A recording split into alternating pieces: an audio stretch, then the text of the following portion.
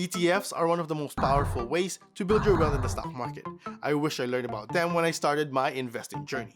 I'm sure as a beginner you have a lot of questions like, what are ETFs and how can I invest in them? Am I buying the right ETFs for me, and how many ETFs should I own? This is the video that I wish I watched when I started my investing journey. So stay tuned because I put a lot of value and gold nuggets in this video. Imagine a basket with a lot of ingredients for a certain dish. Fun fact, in the Philippines we call dish viand. It's usually accompanied by a lot of rice. Anyways, that basket is the ETF. It's essentially a basket that holds multiple kinds of assets like stocks, bonds, commodities, and sometimes a mixture of everything. And just like a stock, they also have a ticker symbol and you can buy them in the stock market. Kinda like a dish or a viand that we call bahay kubo.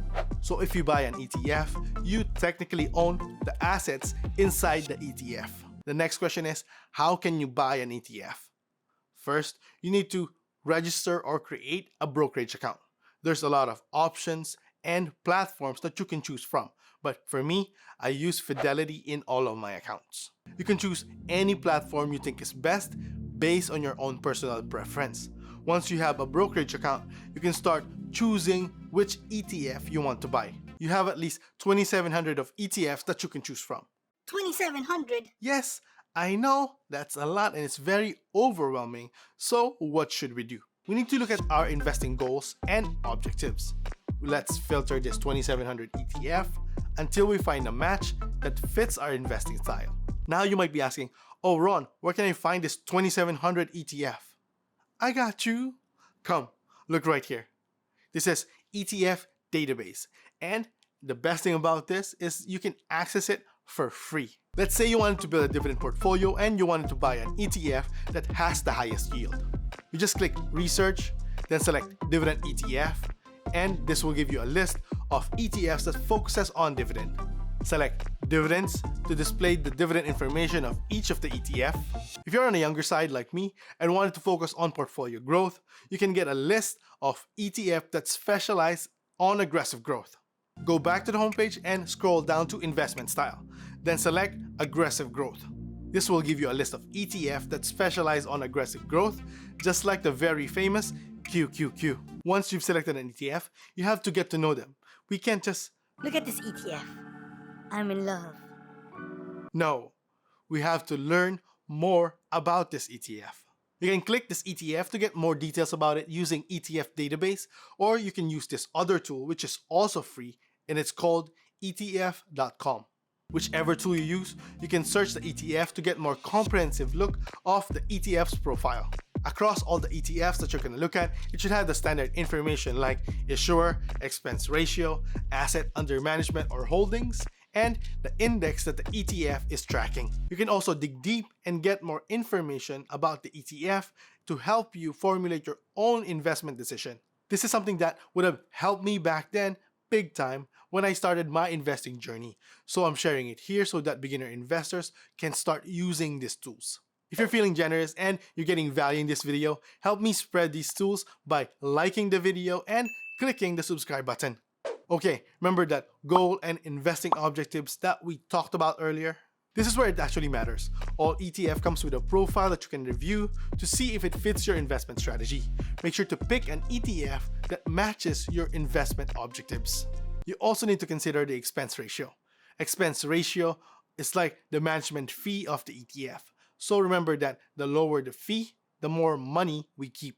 Let's use VOO as a sample. VOO has an expense ratio of 0.03%.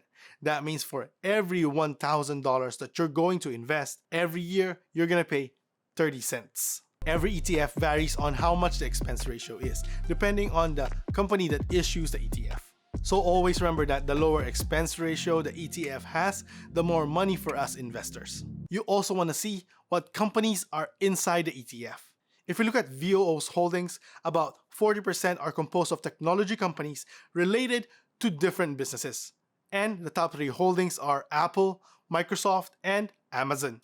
Seeing the companies inside the ETF gives us an idea on what companies do we own and if we have any overlap.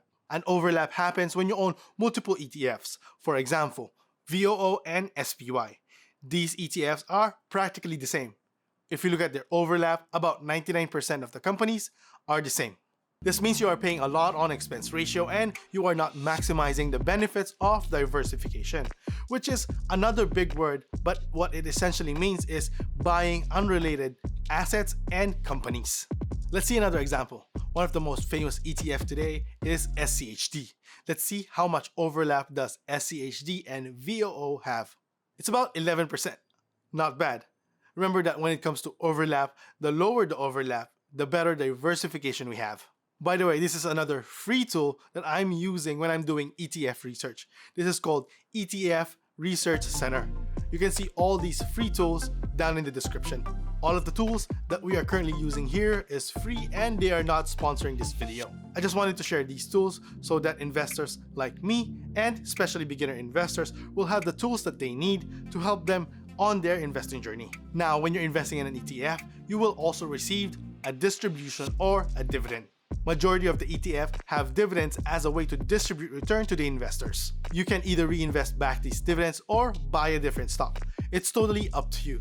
Just remember, reinvesting these dividends back to the same ETF or into a different stock consistently for a very long time creates the compound effect and growth that all investors are looking for.